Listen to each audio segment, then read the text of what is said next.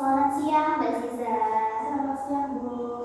Ya, sebelumnya karena kita belum pernah bertemu secara tatap muka, hanya janjian lewat WhatsApp, jadi saya mau perkenalkan diri. Nama saya Zahra. Bisa Mbak Ziza panggil Bu Umu atau Bu Zahra boleh. Panggil Mbak juga boleh, asal Mbak Ziza yang nyaman. Nah, kalau Mbak Ziza boleh silakan memperkenalkan diri. Ya, nama saya Ziza Matusarita, bisa dipanggil Ziza.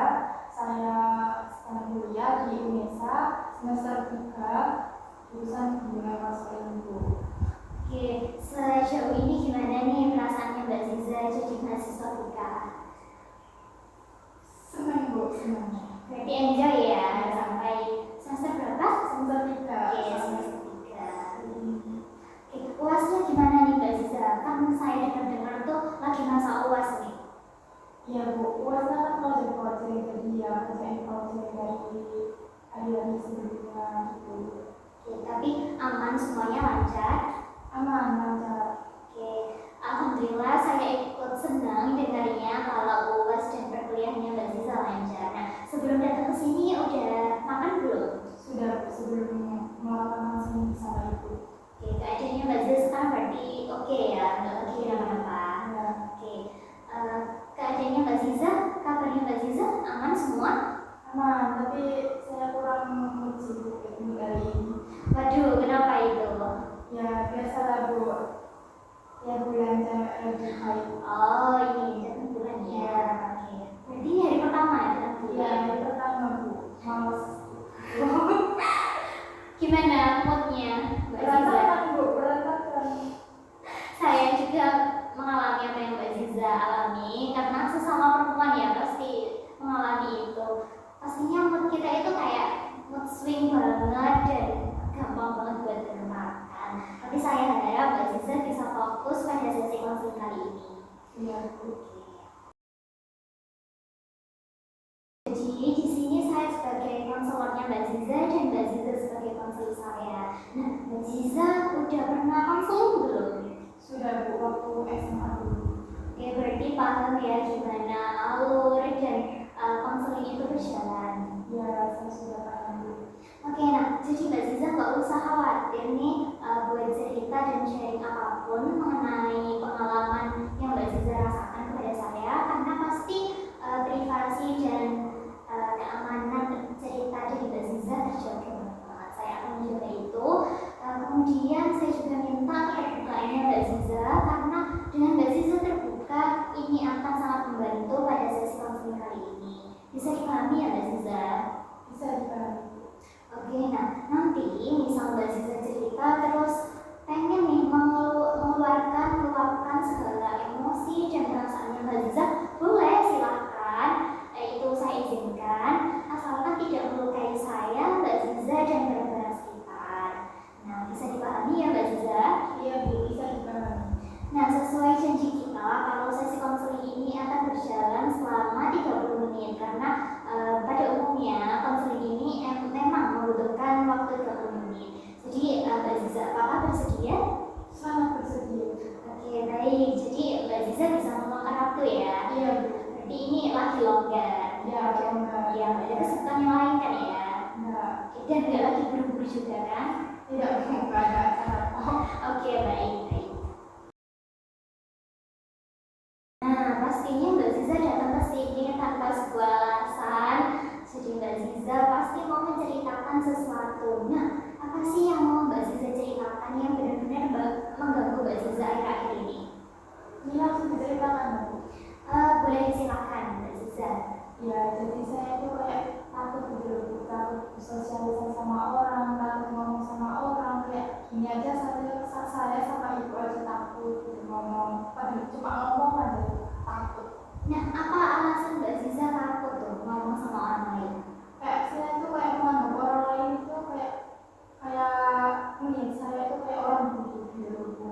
Karena kan ngomong saya itu belibet, kadang juga medok kata orang itu sih mungkin membuat saya kayak takut. Oke, berarti alasan Mbak Ziza takut berbicara di depan orang-orang itu gara-gara pikirannya Mbak Ziza yang berkata kalau Mbak Ziza itu menganggap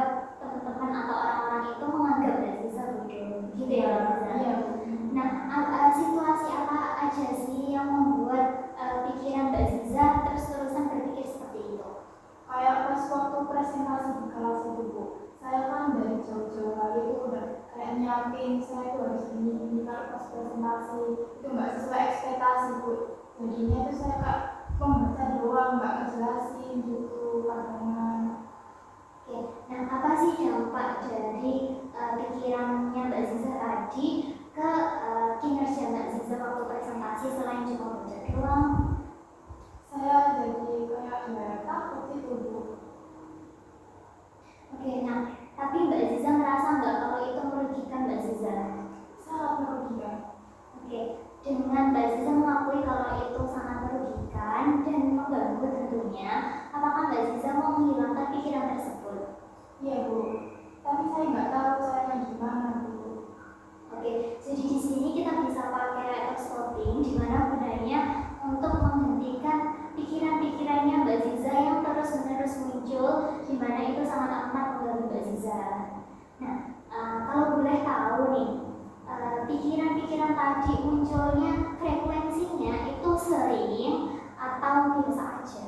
Sering Bu. Oh, sering banget ya? Ya sering banget. Kayak terus-menerus muncul? Iya terus muncul. Oke, berarti ini dalam rentang waktu akhir-akhir ini atau bagaimana? Sebenarnya sejak awal masuk kuliah sih Bu. Oh gitu, berarti awal mulanya itu udah lama ya? Ya kan dari SMA itu kan kayak nggak ada ya Bu, kayak presentasi itu jarang banget malah nggak ada. Ada cuma matkul fisika doang. Terus saya juga kaget Bu pas masuk kuliah kok presentasi gitu kan. Saya juga biasanya orangnya introvert, jarang sama orang, jarang kayak tampil di depan orang banyak gitu.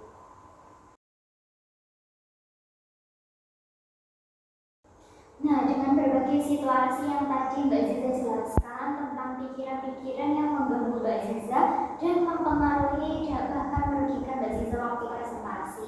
Nah, sekarang Mbak Ziza boleh sekali menceritakan kepada saya apapun yang Mbak Ziza pikirkan, terutama ketika Mbak Ziza menghadapi teman-teman Mbak Ziza ketika presentasi. Langsung diceritakan. Iya, boleh utarakan semua pikirannya Mbak Ziza. Oke. Jadi saya itu takut sama orang, takut sosialisasi, takut ngomong-ngomong. Pas apalagi kalau pas presentasi itu saya takut kayak diomongin, suara saya itu beribet, kalau ngomong beribet, terus diomongin suara saya medok, terus saya tuh kayak masa takut gitu, kayak sama orang itu pada cuma ngomong aja itu saya tuh takut. Saya berpikiran kalau teman-teman saya menurut saya itu bodoh gitu. Oke, jadi Mbak Ziza, karena Mbak Ziza tadi sudah mengutarakan berbagai pikirannya Mbak Ziza, lalu saya stop tiba-tiba. Nah, di situ saya memiliki tujuan, yaitu agar pikiran-pikiran yang mengganggu Mbak Ziza tadi berhenti seketika itu. Nah, waktu saya bilang stop tadi, apa sih yang Mbak Ziza rasakan? Yang saya rasakan ya kok kaget gitu loh Bu, ngapain saya pas cerita kok langsung stop gitu. Tapi pikiran-pikiran tadi yang mengganggu sempat hilang gitu nggak? Kayak waktu saya bilang stop kayak tiba-tiba Mbak Ziza ngeblank. Iya. Apakah merasakan hal seperti itu? Iya saya ngeblank. Oke, nah ini bisa diterapkan sama Mbak Ziza sendiri. Ketika Mbak Ziza presentasi pastinya itu nervous dan pikiran-pikiran negatif tadi pastinya muncul. Nah, waktu pikiran-pikiran negatifnya Mbak Ziza muncul itu bisa Mbak Ziza hentikan sendiri. Nah, karena nggak mungkin Mbak Ziza itu teriak stop di depan banyak orang, Mbak Ziza bisa menekankan stop, kata stop ke diri sendiri agar mengontrol pikirannya Mbak Ziza. Bisa dimengerti Mbak Ziza? Nah, sekarang kita coba mempraktekkan bagaimana cara Mbak Ziza untuk men-stop, mengontrol pikirannya Mbak Ziza, terutama waktu mau presentasi.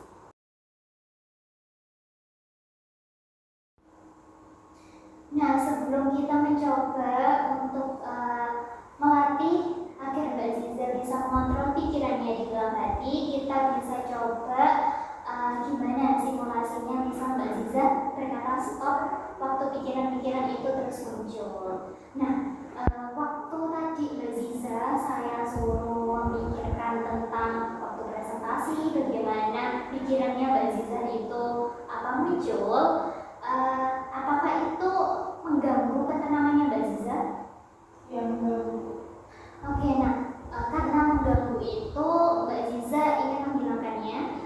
Ya, tapi saya nggak tahu gimana caranya. Nah, tapi saya tanya kepada Mbak Ziza, apakah Mbak Ziza ingin berkomitmen untuk menghentikan pikiran-pikiran yang terus-menerus menghantui Mbak Ziza? Ya, betul. Oke, tapi apakah Mbak Ziza menganggap itu adalah hal yang penting dan menjadi tanggung jawabnya Mbak Ziza? Iya, Bu. Oke, jadi Mbak Ziza mau ya berkomitmen untuk mengatur atau mengelola pikirannya Mbak Ziza sendiri. Iya. Oke, jadi saya minta komitmennya ya Mbak Ziza untuk mengatur pikirannya Mbak Ziza sendiri. Nah, kita bisa mulai dulu dari berkata stop dengan perkataan yang keras. Jadi sekarang Mbak Ziza bisa relax. Nah, setelah Mbak Ziza relax, saya minta Mbak Ziza memikirkan kembali apa yang tadi Mbak Ziza pikirkan dan mengatakan stop dengan keras. Ini saya ngomong apa di dalam hati? Di dalam hati. Nah, kalau pikiran-pikiran tadi mulai semrawut, mulai bikin Mbak Ziza goyah, itu Mbak Ziza harus bertanggung jawab untuk mengelola dan mengatur pikiran tersebut. Bisa dipahami Mbak Ziza? Bisa, Bu. Berarti saya tanya nih sekali lagi, misal Mbak Ziza pikirannya lagi semrawut, udah muncul-muncul pikiran negatif terus menerus, apa yang akan dilakukan Mbak Ziza? Mengatakan stop. Mengatakan stop dan mengelola pikiran tersebut ya. Iya. Oke, bisa dimulai, bisa dipikirkan lewat di dalam hati saja, tapi untuk perkataan stop dan menghentikannya bisa lewat ucapan yang keras.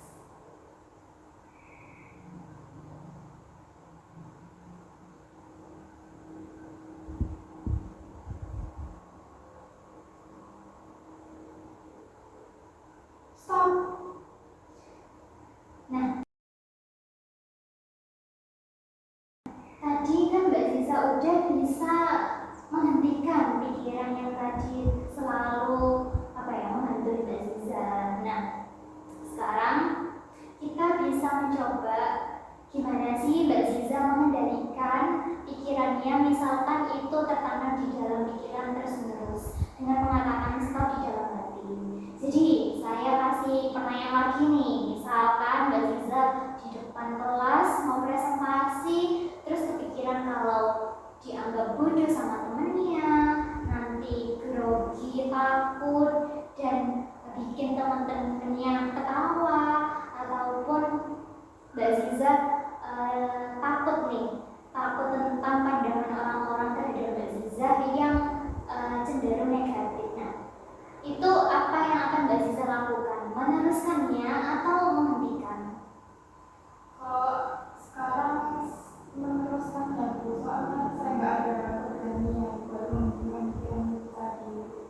Apa alasannya Mbak Ziza nggak punya keberanian tadi? Karena saya lihat tadi dengan Mbak Ziza praktek, itu pasti muncul pikiran-pikiran yang negatif.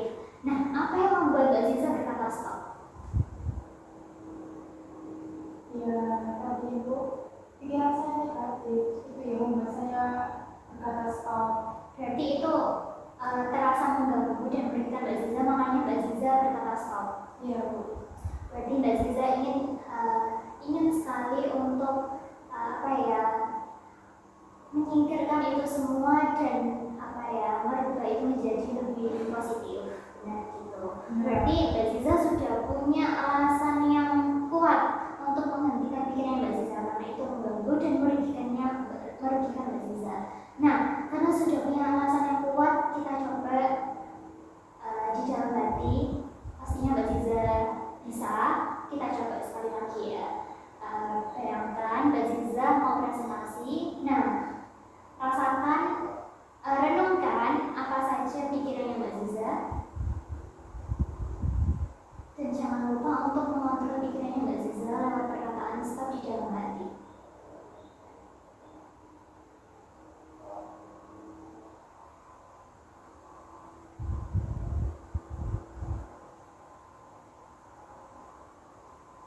Stop. Oke, tadi berarti Mbak Ziza masih bisa mengeluarkan dengan suara, tapi kan nggak mungkin Mbak Ziza berkata seperti itu di depan banyak orang, apalagi mau presentasi. Nah, kita coba di dalam hati aja ya Mbak Ziza, karena saya pengen tahu bagaimana Mbak Ziza mengontrol pikirannya Mbak Ziza. Bisa dicoba sekali lagi. Jadi bisa didengarkan Mbak Ziza presentasi banyak orang, dan nggak memungkinkan Mbak Ziza untuk berkata terlalu keras. Jadi Mbak Ziza ingin menghentikan semua pikiran itu lewat menekankan perkataan stop di dalam hati.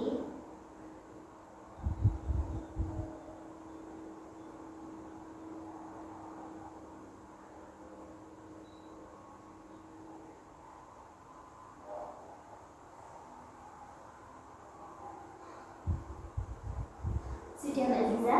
Sudah. Boleh diceritakan tadi Mbak Ziza berhasil atau tidak untuk mengontrol pikirannya Mbak Ziza? Iya Bu, berhasil. Berhasil.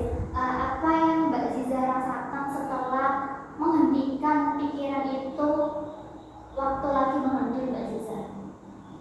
Saya jadi merasa tenang gitu, nggak cemas seperti nggak kayak sebelum-sebelumnya. Oke, berarti pikiran negatif yang akan merugikan Mbak Ziza terhentikan saat itu juga. Berarti saya lihat Mbak Ziza berhasil menghentikan dan mengontrol pikirannya Mbak Ziza sendiri. Saya berikan apresiasi luar biasa. Nah, karena tadi Mbak Ziza udah berhasil mengontrol pikirannya Mbak Ziza, jadi kita bisa mulai untuk mengganti pikiran negatif tadi menjadi lebih positif ataupun lebih logis. Nah, apa sih pikiran negatifnya Mbak Ziza itu, bisa disebutkan ke saya? Pikiran negatif, saya takut diomongin orang. Terus di kelas kayak saya tuh merasa kalau ada yang kurang suka sama saya, nanti jadi bahan mereka gitu. Oke, jadi di pikirannya Mbak Ziza itu terpatri bahwa oh, aku ini ada yang nggak suka, takut diomongin dan digibahin. Iya. Mbak Ziza. Nah, tapi apakah itu benar-benar nyata atau Mbak Ziza alami secara langsung? Tidak sih Bu, tapi kayak saya tuh kayak merasa diomongin tapi enggak, saya kan juga ada bukti gitu Bu, kalau saya diomongin. Oke, berarti itu nggak benar-benar terjadi ya Mbak Ziza? Ya kayak cuma pikiran yang diri saya aja gitu Bu. Oke, berarti kita bisa mulai mengganti, karena itu ternyata nggak nyata ataupun bukan hal yang sebenarnya terjadi. Nah, di sini saya mau tanya, misalkan itu mengganggu. Nah, bisa diganti dengan pikiran apa yang menenangkan Mbak Ziza? Misalkan pikiran itu muncul dengan kata-kata seperti apa?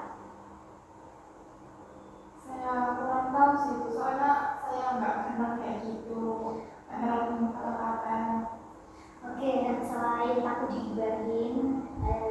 digibahin orang yang nggak suka sama Mbak Ziza, pikiran negatif apa lagi bisa disebutkan?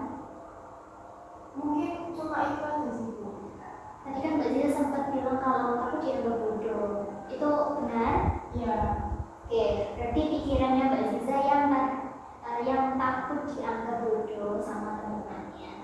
Tapi apakah pernah ada temannya Mbak Ziza yang bilang kalau Mbak Ziza itu bodoh? Kalaupun ada yang nggak yang secara terang-terangan lah Bu. Oke, tapi pernah dengar kayak isu-isu atau isu-isu gitu nggak? Nggak ada Bu. Oke, berarti itu nggak benar-benar terjadi juga ya. Berarti semua pikirannya Mbak Ziza itu hanya muncul tanpa adanya bukti yang nyata kalau itu benar-benar terjadi. Nah, menurut Mbak Ziza itu fakta apa bukan? Fakta. Bukan. Berarti itu bukan fakta ya, itu hanya pikirannya Mbak Ziza saja. Yang saya. Oke, nah karena itu negatif ya, dan Mbak Ziza menyadari kalau itu merugikan dan tentunya sangat amat mengganggu. Kita bisa mulai mencari tahu cara mengganti pikirannya Mbak Ziza menjadi lebih positif. Nah, berarti Mbak Ziza sebelumnya belum pernah memberikan afirmasi yang lebih positif ke pikirannya Mbak Ziza? Belum pernah, Bu. Soalnya kalau ada masalah ya udah gitu aja. Nggak pernah kayak mengganti pikiran negatif ke positif gitu, nggak pernah. Oke, tadi kan Mbak Ziza bilang kayak ya udahin semua masalah. Nah, kita itu bisa terapin ke pikirannya Mbak Ziza. Nah, caranya gimana? Karena Mbak Ziza tadi bilang kalau aku diomongin sama orang yang nggak aku suka gimana? Nah, ya udah, toh itu nggak akan merugikan Mbak Ziza, benar atau tidak? Iya, benar. Oke. Terus untuk anggapan orang lain yang menganggap Mbak Ziza bodoh, nah itu bisa digantikan dengan Mbak Ziza kan udahin semuanya, semua masalah. Nah, kayak oh ya udah, entah mereka berpikir aku bodoh ataupun enggak, Mbak Ziza udah berusaha. Jadi semua yang dia udah semua. Oke, bisa Mbak Ziza contohkan apa perkataan-perkataan yang lebih positif ke dalam pikirannya Mbak Ziza? Ala Mbak Ziza sendiri, boleh langsung disebutkan seperti apa? Langsung saja ya. Iya boleh. Yang awalnya seperti apa menjadi seperti apa pikirannya Mbak Ziza? Kalau saya diomongin kayak bijak bodoh, ya udah, mau gimana lagi. Saya juga nggak bodoh-bodoh banget menurutku. Kalau digibahin, ya udah, saya juga bisa nambah pahala kan digibahin sama mereka. Iya benar juga. Terus bisa ditanamkan ke dalam pikiran Mbak Ziza kalau Mbak Ziza itu gak bodoh. Karena apa? Mbak Ziza sudah berusaha semaksimal mungkin. Mbak Ziza juga bisa menenangkan diri lewat perkataan aku udah belajar presentasi Hamin 1 sebelum presentasi, dan aku udah belajar ini itu, aku udah berusaha semaksimal mungkin. Itu bisa ditanamkan dan menenangkan pikirannya Mbak Ziza. Nanti bisa dicoba ya Mbak Ziza. Ya, nanti saya akan coba itu. Oke, nah misalkan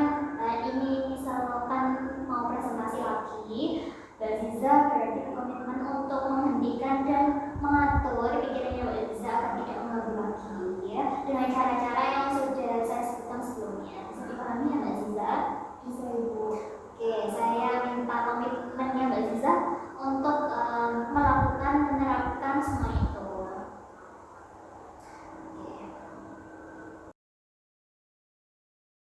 Dari Mbak Ziza ada lagi yang mau diceritakan dan mungkin mengganggu lagi? Mungkin itu saja Ibu. Nanti saya akan mencoba lagi bekerja sama Ibu kalau saya ada masalah. Oke, nah karena tadi Mbak Ziza sudah tahu nih cara menerapkan, cara mengelola pikirannya Mbak Ziza yang terus-menerus mengganggu dengan cara menghentikannya dan mengganti ke lebih yang positif. Nah, saya akan memberi tanggung jawab kepada Mbak Ziza, memberi istilahnya apa ya? PR, pekerjaan rumah bisa Mbak Ziza terapkan entah di rumah, entah di kampus, di segala situasi. Misalkan pikiran-pikiran tadi terus muncul. Oke, jadi terus-menerus ya Mbak Ziza sampai Mbak Ziza nggak membutuhkan kata stop lagi untuk menghentikan itu. Jadi otomatis dari pikirannya Mbak Ziza yang mengontrol pikirannya Mbak Ziza sendiri. Entah itu merugikan ataupun tidak merugikan, Mbak Ziza bisa memilihnya sendiri, memilahnya sendiri. Oke, bisa dipahami ya Mbak Ziza? Bisa Ibu. Oke, kita cukupkan untuk kali ini. Saya mau mengucapkan terima kasih sebanyak-banyaknya karena Mbak Ziza sudah datang tepat waktu hadir di sini dan mau menceritakan apapun. Saya ucapkan terima kasih ya. Ya, saya juga terima kasih kepada Ibu. Oke, sama-sama Mbak Ziza, kita bertemu lain kesempatan. Nanti kita bisa atur jadwal lagi untuk melihat